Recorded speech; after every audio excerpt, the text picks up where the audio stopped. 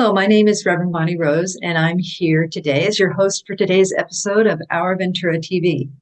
Today, I'm speaking with Kay Wilson-Bolton, who is the board president of Spirit of Santa Paula. This organization is an organization that assists homeless people in need of services, and Kay is going to tell us all about that. So first, I want to welcome you, Kay. Thanks so much for joining us. Thank you. I appreciate every opportunity to tell our story. Oh, that's wonderful. So let's start at the beginning. How exactly did this organization come into being? Like, what inspired its start?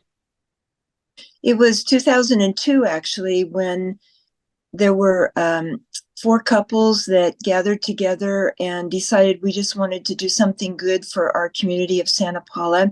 We had just come off a very intense and arbitrary land use election that divided the community into pretty much the haves and the have-nots. And we didn't really have a purpose other than that until Christmas Eve morning in 2008, when we learned that a homeless man had died in one of our churches.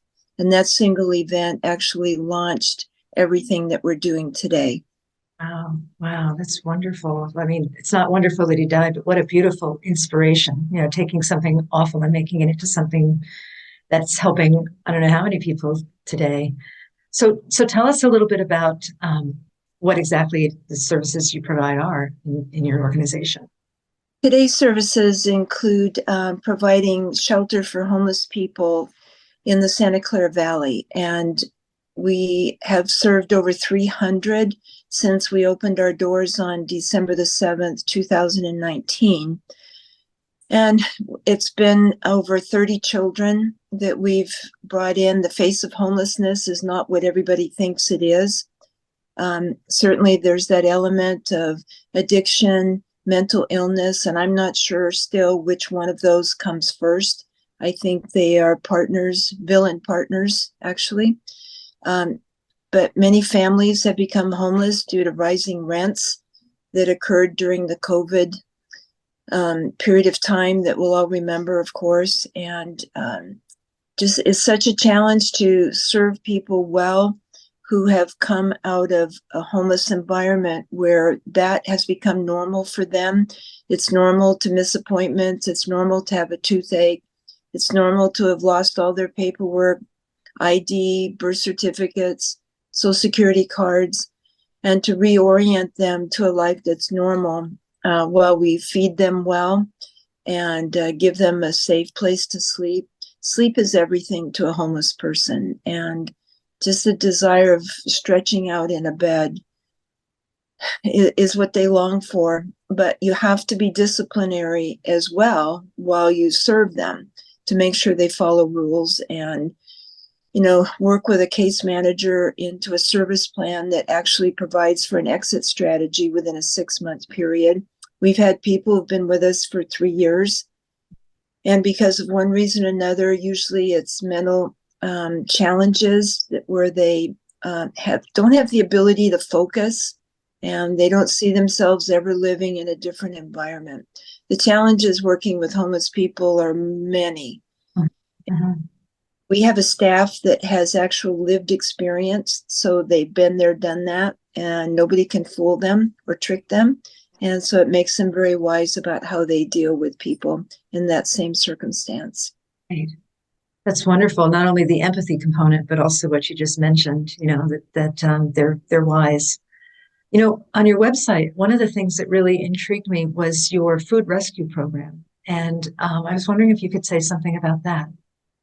We collect and rescue about 1 million pounds of food a year.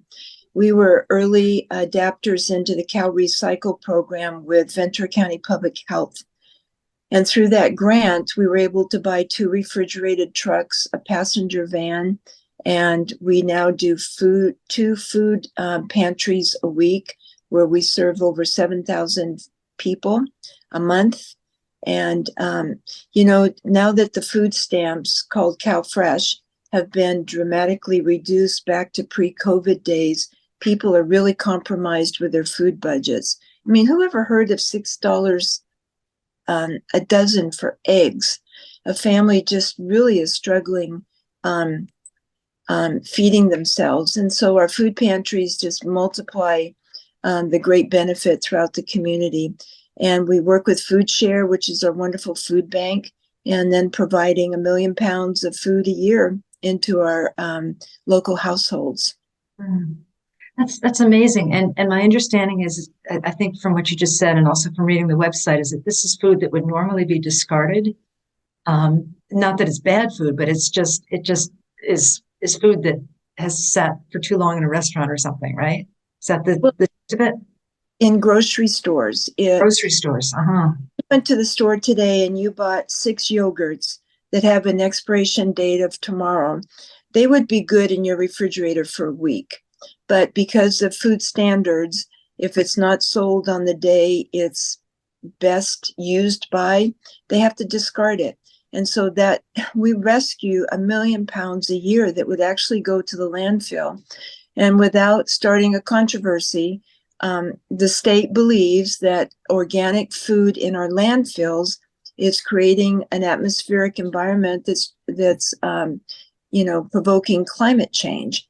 And so we're accomplishing 2 things: keeping organic material out of the landfill and then feeding families. So the idea of rescue food is a misnomer, because it's perfectly fine if you bought a gallon of milk and those dates are best used by or freezer used by, and best means that's when food is at its best. It doesn't mean it isn't good 7 days from now.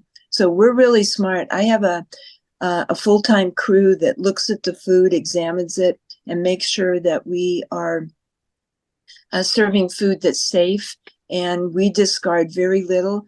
What can be used by farmers is, all the greens, and they are able to feed it to their animals. So very, Yeah. That's wonderful. I remember working in a fast food restaurant years and years and years ago, and I was just appalled at the amount of food that they threw out just simply because it had been there for more than 10 minutes, and they had to throw it out. So I really appreciate that. And I don't want to get stuck on this topic because there's so much to say, but just tell us a little bit about the laundry program. I think I saw on your website also that there's a laundry program as well. There are 2 things that are really important to somebody on the street. Well, let me say 3. One is safe sleep. The other is a shower, and the other is clean clothes. And so we try to meet everybody's needs with the goal of not helping them stay homeless, but with the goal of enticing them into the shelter so that we can work towards providing permanent supportive housing. On that note, the governor has said he's going to curtail funding for shelters until they can prove that they're actually moving people out of shelters. Until there's a great supply of permanent supportive housing out there, meaning motel rooms, conversions, apartments, affordable housing, there's no place to put people. But back to laundry, one of the needs, and we try to meet the 3, is clean clothes. And so we meet them at a local laundry on Tuesday mornings, and we provide coins for laundry. Do you know it's $15 to do a load of laundry and dry it now? Wow. Expensive. However, we are working with One Stop through the Continuum of Care, County of Ventura, to actually set up a pod on our site where they can come every day and get laundry done and a shower. So we're multiplying our service center by partnering with people who do things better than we do. Oh, that's wonderful. Kay, I'm so sorry. We're almost out of time. And I feel like you're a wealth of information. And I know there's also a lot of information on the website for Spirit of Santa Paula. So could you give us that web address so others could look it up? Yes, very simple. It's spiritofsantapaula.org. And we are committed to ending homelessness in the Santa Clara Valley. But anything we can do to help a partner start one. I'm talking to a group in another community who has the same goal that we do. And if we can spread the knowledge early in the formation state, I know we can all do better in our own communities. So thank you for this time. Spiritofsantapaula.org. Thank you so much. Thank you. It's been such an honor to speak with you, and I know you've expanded my heart and also the hearts of our viewers.